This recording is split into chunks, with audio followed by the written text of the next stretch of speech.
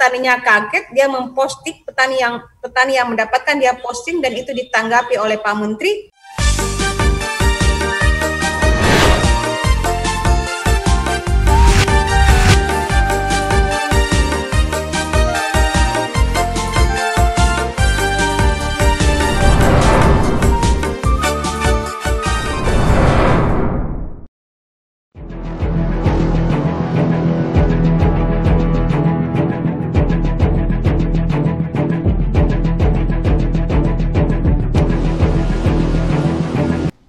Assalamualaikum warahmatullahi wabarakatuh, para sobat-sobat tani di seluruh Indonesia. Kali ini saya bersama narasumber kita dari Makassar. Kita bahas kali ini membahas tentang FAW yang Paul Army Wong yang selama ini udah bikin pusing petani. Sebetulnya belum lama ya, baru beberapa tahun terakhir ini muncul masalah. Jadi sekarang kita di sesi namanya sesi Gulma Pak ya. Sesi Gulma, guru yang berpengalaman. Kali ini kita bersama dengan Kepala UPT BPTPH Provinsi Sulawesi Selatan. Kalau di sini saya lihat namanya Ibu Nur Wahida Sagir. Selama ini saya panggilnya dengan Ibu Upan. Ibu Upan, Pak ya. Nama akrabnya Ibu Upan. Apa kabar Ibu? Oke Bu, saya ingin mengawali perbincangan kita sekarang ini dengan satu pertanyaan untuk mengawali bahwa kita ketahui beberapa tahun terakhir ini petani disibukkan dengan adanya serangan ulat. Ada yang bilang ulat gerayak, ada yang bilang ulat tentara, tapi populernya petani sudah mulai ada yang bilang ulat FAW, ya, ada yang bilang gitu. Nah, kalau boleh Ibu bisa kasih pencerahan sedikit lah bersama sobat-sobat Om Tani yang ada di lapangan. Sebetulnya ulat ini dari mana sih Bu? Asal usulnya? Kan dulu-dulu nggak pernah ada serangan ulat ini. Baru tahun lalu baru ada muncul. Silakan Ibu. Makasih.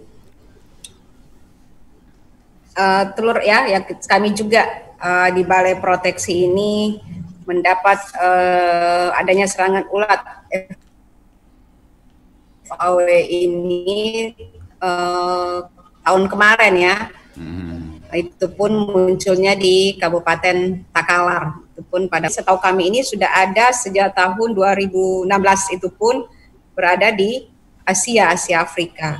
Munculnya FAW yang ada di Indonesia. Kami khusus di Sulawesi Selatan itu hampir dia berada di Kabupaten Takalar. Nah, dari Kabupaten Takalar ini karena lagi heboh-hebohnya saja ini ternyata sudah ada, dan itu ternyata FAW ini memang sudah mulai muncul mungkin sebelum kami temukan. Artinya sebelum FAW ini bersosialisasi. Awalnya petani cuma mengatakan itu ulat gerayak biasa. Ya, betul. Nah, setelah kami berbahaya, ya, saya katakan sangat berbahaya karena kayak monster, sehari saja kita tidak kendalikan bisa-bisa habis kita punya pertanaman, apalagi di umur-umur 1 sampai 3 minggu sesudah tanam. Saya kira itu yang saya bisa jelaskan. Iya Bu, iya benar ya, di Takalar ya memang banyak sekali serangan itu. Dari dulu kan kita kenalnya ulat gerayak. Apakah memang ulat ini berbeda Bu dengan ulat gerayak yang pada umumnya? Kan kita sebetulnya dulu kan sering diserang di kacang-kacangan apa segala macam. Di bawang banyak. Iya, di bawang merah. Di bawang merah juga kalau ulat gerayak menyerang ya memang parah juga. Tapi ini ulat FAW yang ada di jagung ini, adakah tidak gitu ya? Iya, apa berbeda dengan ulat-ulat gerayak yang lainnya? Ya, makasih. FAW ini kalau kita tanyakan perbedaannya memang sangat berbeda dalam hal intensitas serangan ya. Intensitas serangannya ini sangat cepat. Nah, makanya kenapa kita katakan ini ulat monster. Nah, kita kan biasa lihat di film-film kalau monster itu satu kali sikat. Ya bahaya lah. Bahaya. Iya, namanya monster ya, beda monster. Nama kalau makanya diistilahkan monster karena memang dia sangat berbahaya, dan itu memang terjadi di lapangan itu memang berbahaya. Semalam saja kami lihat dia langsung, dan dia menyerang adalah titik tumbuh. Titik tumbuh dari suatu pertanaman pada jagung. Nah, di FAW juga ini membedakannya itu adalah pertama masalah intensitas serangannya itu beda dengan ulat gayak biasa. Tapi kalau kita mau lihat juga dari morfologinya itu beda-beda. Dia ada memang sudah kelihatan huruf V ya, itu ada di kepalanya huruf V. Itu sangat nyata kalau memang kita biasa ke lapangan. Kalau ulat gerayak biasa kayak tidak sampai besar ya, dia tidak sampai bedanya itu abodomennya ulat itu tidak sama dengan ulat gerayak biasa, dan ulat gerayak biasa tidak sampai yang tidak ganas begitu kalau pada jagung, dan belum ada ulat gerayak di jagung yang sampai menghabiskan pertanaman. Yang menyerang sampai semalam itu sudah hancur. Nah, saya bisa cerita sedikit. Kejadian kemarin di Takalar itu kan menghebohkan juga. Betul. Karena itu sampai Pak Menteri beritanya ada serangan di Kabupaten Goa, dan ternyata memang betul karena petaninya kaget, dia memposting, petani yang mendapatkan dia posting, dan itu ditanggapi oleh Pak Menteri. Kami turun langsung ke sana, dan ya memang ganas karena dia kaget kenapa saya punya jagung sampai habis. Iya. Memang beda Pak. Ini perlu memang kita sikapi untuk tanaman jagung, dan sekarang yang setahu saya hampir semua khusus Sulawesi Selatan itu mereka mengeluhkan serangan FAW ini. Mereka menyerahkan babu ada ulat saya terkena, dan setelah kami turun, kami minta POPT kami, petugas kami turun, dan memang ulat monster ini yang menyerang pertanaman jagungnya saat ini. Bahkan sering kita dengar petani itu sampai tanam ulang ya Bu ya, karena saking ganasnya, karena dia merasa ini kalau dibiarkan ini betul-betul gak bisa lagi hidup, sehingga petani memutuskan untuk tanam ulang kembali. Ada yang sampai segitu ya Bu? Ya, ini cerita-cerita sahabat Om Tani di daerah sih formasinya. Benar ya Bu ya? Ya, betul. Itu pernah juga kejadian di Kabupaten Goa. Memang bisa mengakibatkan sampai dia habis ya. Dan itu ada di Goa, itu dia sudah 2-3 kali dia tanam ulang dia punya jagung karena ini. Tapi akhirnya kami mengatakan juga pada mereka tolong dikendalikan di sekitaran itu dulu supaya dia tidak berpindah ke tanaman jagung yang lebih muda ini. Dan itu semua bisa kita coba dengan melakukan pengendalian. Ada juga pengendalian yang bisa kita lakukan untuk ulat gerayak ini, karena namanya juga Tuhan menciptakan juga ya berpasang-pasangan, artinya walaupun dia terserang ada juga obat yang bisa kita kendalikan, kecuali COVID ya. COVID saja kan sudah ada Pak. Iya. Apalagi ulat ya. Kan sudah ada mulai diciptakan juga, ada vaksinnya gitu. Hampir sama lah. Ada saja. Yang penting petani rajin, kemudian ini sering mengawasi lahannya. Terus hari ini juga, kali ini saya ditemani asisten Om Tani.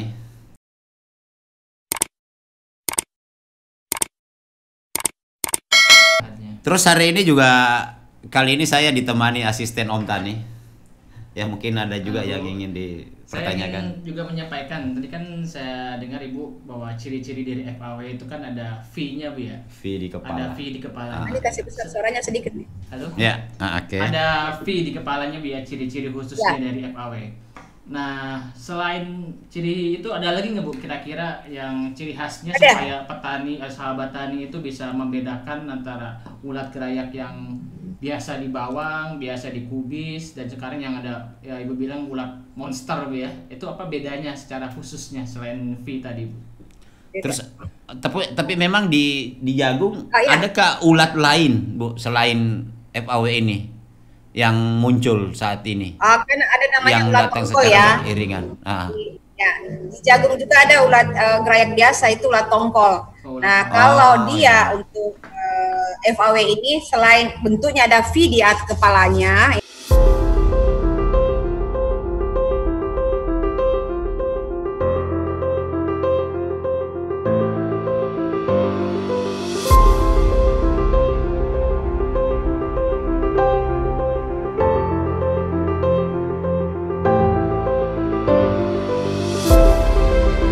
FAW ini selain bentuknya ada V di atas kepalanya ya, ada V-nya, itu juga ada semacam itu ada 4 buah titik di bagian punggungnya.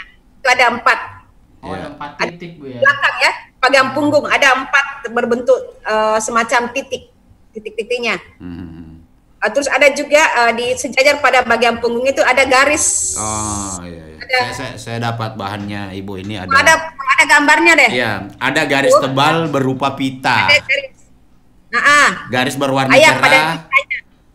4 bintik Ada bagian-bagian lateralnya apa ya, yang seingat saya ada bagian lateralnya 4 ada. bintik di segmen ada juga, 8 ya. Iya, benar. Ada titik. Ya. Yang titik-titik kalau kita manusia kita sebut tai lalatnya ada gitu. Ya kayak di bawah kacamatanya Ibu kali ya itu ya. Ya, itu ciri khasnya. Jadi bukan ciri cuma khasnya, manusia ya. punya tai lalat. Kita juga punya ciri khas ya. Dan satu itu pada itu ada tandanya. Sayang kita tidak punya. Kalau kita dampingkan antara ulat Dayak dengan itu sangat beda. Langsung kelihatan ya perbedaannya. Iya. Nah, ini juga memang perlu-perlunya ke lapangan kita mengunjungi petani supaya mereka tahu. Kasihan kalau mereka anggap jagungnya itu sampai tidak bisa lagi tertolong. Apalagi jagungnya lagi booming, Pak. Iya, betul. Di mana-mana sekarang petani banyak mau tanam jagung, Pak. Iya, lagi suka. Iya. Betul. Hasilnya memuaskan, harganya juga. Oke, gini Bu, kita juga ingin tahu adakah data kita mengenai tingkat kerugian petani akibat serangan ulat ini.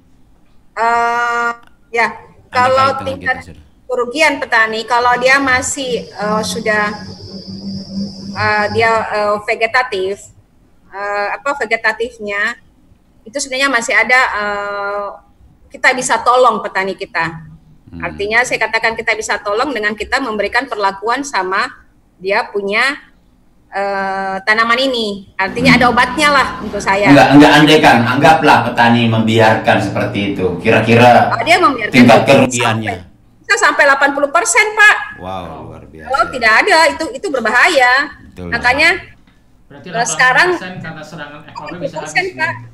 Habis, namanya juga berapa kali tanam ulang kan itu sudah termasuk 100%. Kalau kita membiarkan di awal, kita tidak melakukan pengendalian, kita tidak lakukan pengamatan sedini mungkin, sudah bisa 80%. Itu sangat-sangat, apalagi dia namanya juga masa vegetatif ya, masa vegetatif. Kalau kita tidak kendalikan, kan tidak tumbuh, Pak. Kan ulatnya ini makan daun kan? Iya. Ya, kalau daunnya yang pucuknya yang dia sudah makan, bagaimana caranya mau tumbuh? Nah, di pucuk itu kan titik tumbuh yang dia. Berarti dia ada masa-masa dia akan menyerang. Jadi kalau lewat itu, misalnya tanamannya sudah umur 2 bulan, itu sudah gak masalah kira-kira kalau. Iya, bermasalah. Tetap ya. Kapan dia menyerangnya itu? Oh, berarti dari vegetatif sampai generatif dia serang, Bu ya? Iya. Nah, itu dia pindah lagi. Kalau sudah tidak ada vegetatifnya, dia masuk ke generatif, Pak.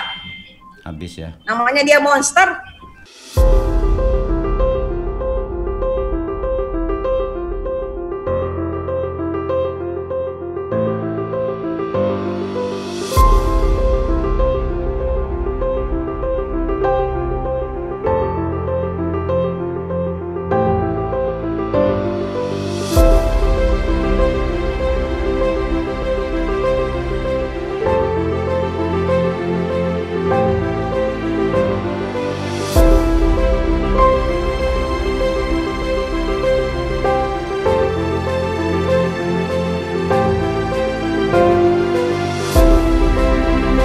Di sebelahnya saja tanaman cabai, kalau ada dia serang juga, Pak.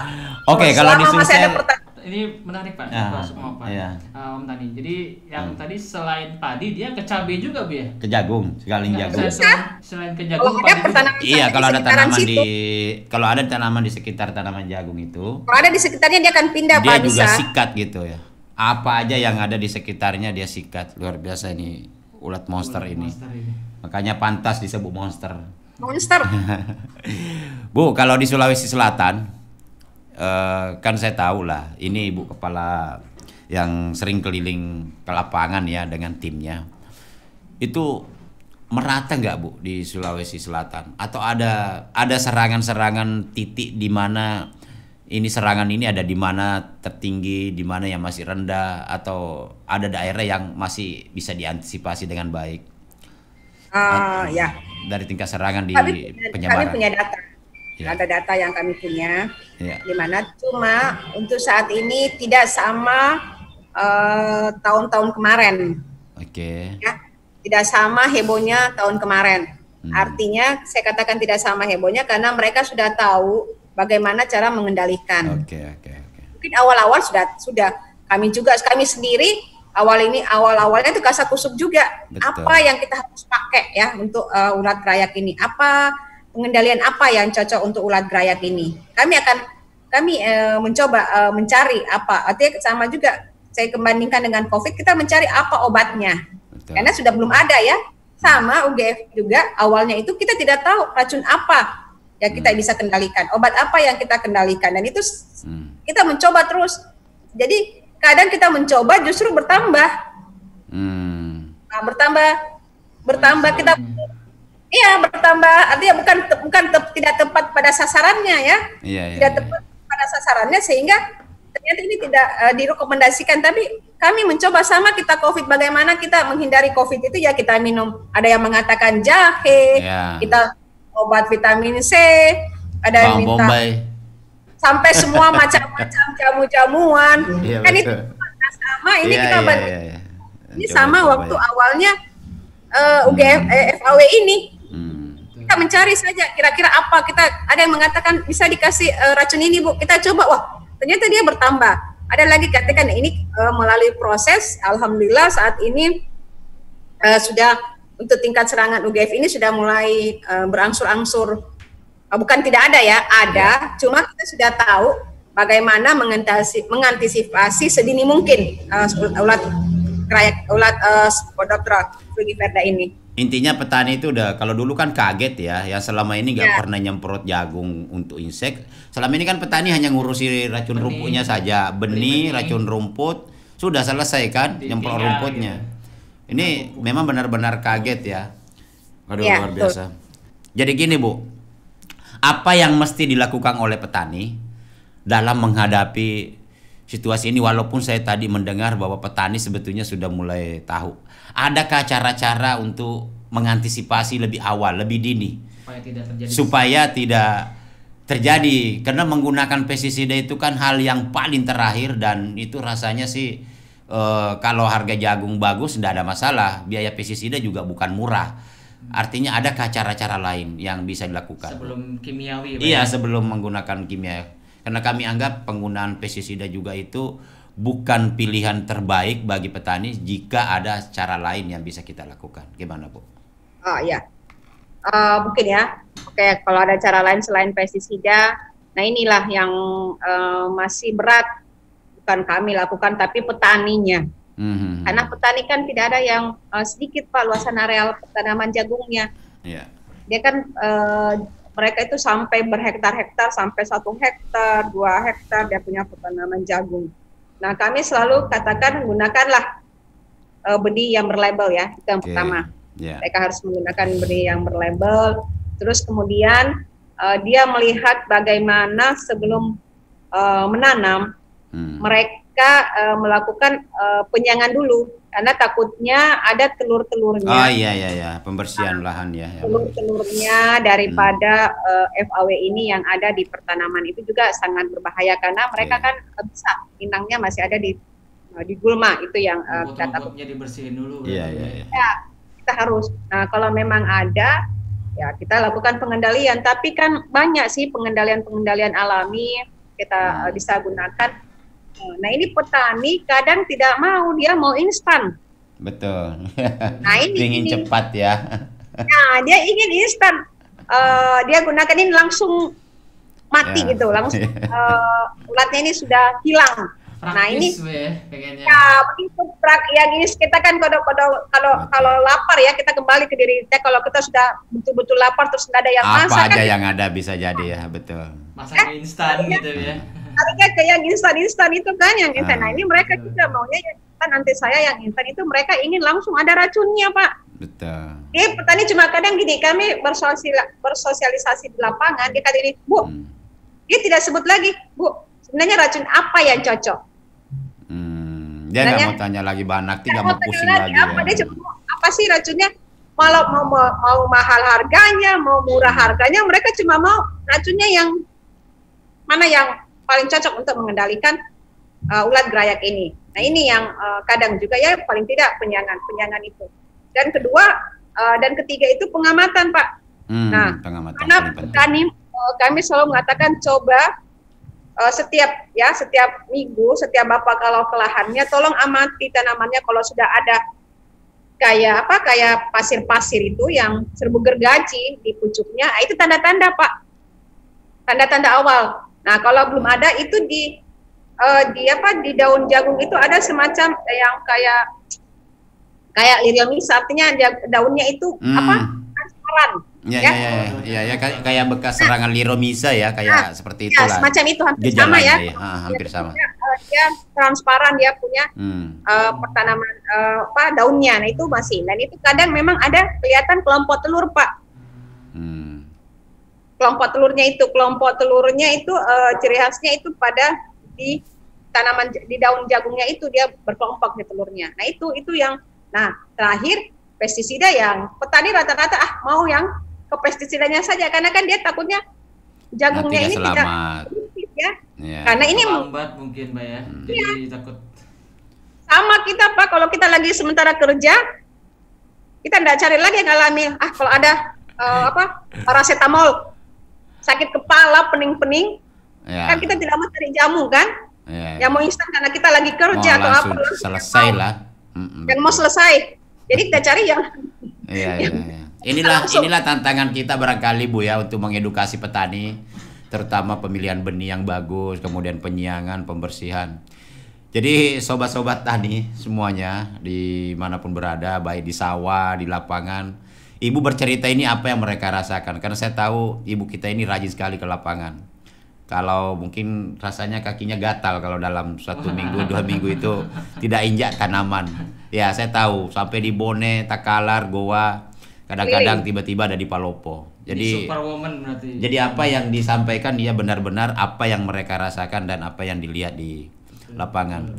Terima kasih, Bu, ilmunya. Ada mungkin closingnya yang ingin disampaikan kepada sobat-sobat tani di jalur Om Tani ini.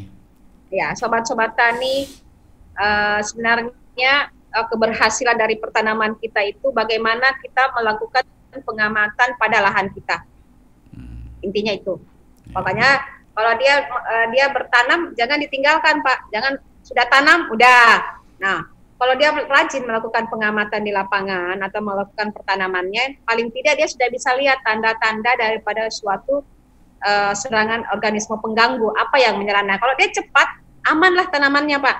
Artinya bagaimana kalau dia ke pertanamannya itu sering-sering dikunjungi lah pertanamannya. Jangan sudah tanam ditinggal, ya bagaimana tidak ada terserang, Pak. Tapi kalau dia sudah mulai selaku melakukan berkunjung sama yang sekarang ibu-ibu mendalami bunga-bunga ya yang iya bunga-bunga benar. Kalau bapak-bapak ada, Bu, ada juga kalau bapak-bapak ikan cupang. Oh, ikan cupang. Kalau mereka tidak berarah, itu tidak akan bagus tumbuhnya. Nah, sama pertanaman juga kalau kita tidak kunjungi, kita tidak lihat, itu tidak akan berhasil, Pak. Sama bunga-bunga, kalau ibu kok saya tidak tumbuh, ya itu bunga juga perlu dikunjungi juga. Tiap hari perlu dikunjungi juga sama tanaman kita. Jadi sekarang petani kita kalau mau berhasil produksi sering dikunjungi lah. Lihat dan sering gitu ya. Dan sering kita ngumpul, Pak, sama Om Tani ini, kita berdiskusi. Nah, kira-kira pernah menggunakan apa ya, racun apa yang cocok? Jangan asal racun, Pak. Asal ini saja. Mungkin ada karena kita lihat ya, bahan aktif suatu pertanaman itu, bahan aktif dari suatu racun itu yang menentukan. Betul. Bukan merek. Terus, bahan aktif ya, benar. Saya nggak sebut merek ya. Iya, nggak perlu. Jadi saya juga mau pesan kepada petani, nggak usah terlalu fanatik dengan merek. Yang penting belajar sekarang bahan aktif apa yang tepat. Direkomendasikan. Dengarlah PPL di sekitar kita bahan aktif apa. Itu. Yang kita lihat jangan merek, Pak. Bahan aktif dan yang sudah terdaftar, Pak, itu yang utama. Itu yang paling penting, yang terdaftar. Karena terdaftar itu tidak mudah juga, harus melalui uji coba. Betul Ibu katakan. Kalau bagi Om Tani sih merek apa aja, yang penting bahan aktifnya sesuai dengan yang direkomendasikan petani selama Ya, tanamannya. Itu yang paling dan penting. itu, ya kami juga berasumsi gini, yang terdaftar itu kan sudah lewat pengujian, Pak. Betul. Tidak asal. Betul. Tidak mudah, tidak Tidak mudah. asal. Dan itu biaya yang besar, Pak. Betul. Pengujian itu biaya besar. Jadi kalau memang dia sudah terdaftar, ya itu kita rekomendasi. Jangan sedikit-sedikit. Ada orang katakan ini mempan. Nah, akhirnya mungkin beda. Walaupun harganya sedikit di atas, tapi karena ini 2 kali botol, terus ada yang satu, kenapa tidak kita pilih yang satu? Betul. Itu kan dosisnya, Pak. Iya. Itu yang kita harus, petani-petani itu kadang juga, Pak, itu kasihan juga kalau dia pergi ke pasar langsung ditunjukkan yang ini. Nah, ini tugasnya kami ini. Betul, setuju Bu. Om Tani akan bantu nanti mengawasi peredaran produk-produk yang tidak terdaftar masuk di FAW. Jangan sampai aduh itu yang kami juga khawatir.